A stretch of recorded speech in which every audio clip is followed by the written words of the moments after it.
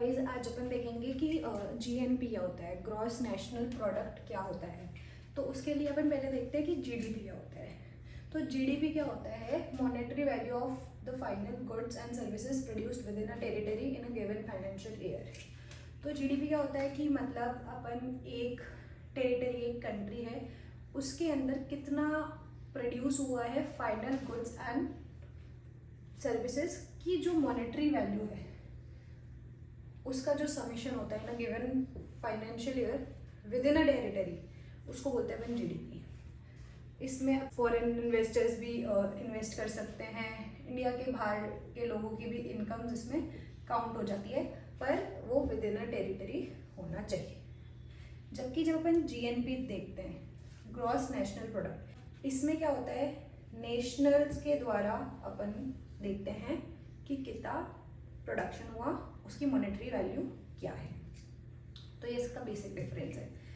तो जीएनपी क्या है, monetary value of all the final goods and services produced by the nationals of the country in the world in a given financial year.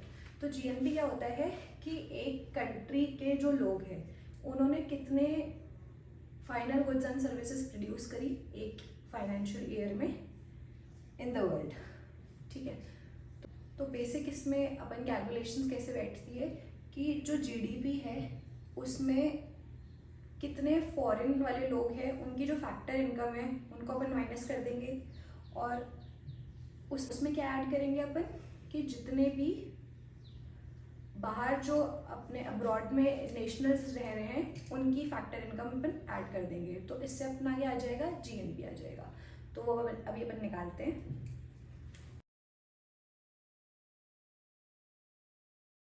देखेंगे कि GNP क्या होता है, GDP plus minus of factor income of जो foreigners है India में, उनकी income को अपन माइनस कर देते हैं, और उसमें अपन क्या ऐड करते हैं, factor income of Indians in abroad. तो इससे अपना जीएनपी आ जाता है। ये बहुत इजी है। जीएनपी और जीडीपी पे रिलेशन क्या होता है, ये अपन पढ़ेंगे। जीएनपी और जीडीपी पे रिलेशन क्या होता है। सबसे पहले जीएनपी किसको लेके कंसर्न है, बाय हूम, किसके द्वारा प्रोडक्शन हो रहा है, बाय हूम। और जीडीपी किससे कंसर्न है कि कहाँ पे हो रहा है प्रोडक्शन, इंडिया में ही हो रहा है या बाहर हो रहा है। तो ये कहाँ पे है, वेयर। तो सबसे पहला इसका रिलेशनशिप ये आ गया कि ये बाय हूम कंसिडर करती है और ये बाय वेयर, कि कहाँ पे अपना प्रोडक्शन हो रहा है। सेकेंड पॉइंट क्या होता है कि ये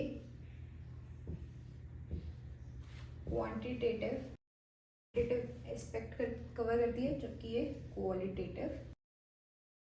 तो इसका डिफरेंस, इसका मतलब क्या है कि ये देखती है बस जो भी क्वांटिटी आ रही है इंडिया में उसका अपन मॉनेटरी वैल्यू ले लेते हैं, और इसमें क्वालिटेटिव में क्या होता है कि किससे आ रही है, वो किससे आ रही है।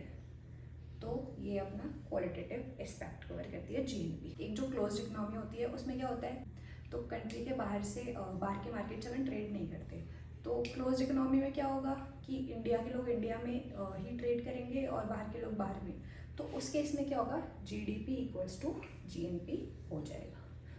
क्लोज, तो थर्ड पॉइंट क्या आ गया, क्लोज्ड इकोनॉमी में अपना जीडीपी और जीएनपी सेम रहता है। ओपन इकोनॉमी में क्या होता है, ओपन इकोनॉमी में क्या होता है अपना कि ट्रेड हो सकता है बाहर की कंट्रीज से। ओपन इकोनॉमी में क्या केस हो सकते हैं, ओपन इकोनॉमी में दो केस हो सकते हैं। ओपन इकोनॉमी में पहला केस ये होगा कि अगर कंट्री के पास जब ट्रेड करने से कैपिटल रिसीव हो रही है और टेक्नोलॉजी रिसीव हो रही है, तो जो प्रोडक्शन होगा वो ज़्यादा हो जाएगा। तो उस केस में अपनी जीडीपी जीएनपी से ज़्यादा हो जाएगी। दूसरा केस होगा कि अपनी ओपन इकोनॉमी है और जो कंट्री है वो गरीब है, तो क्या करेंगे, लोग बाहर अब्रॉड रहने लग जाएंगे।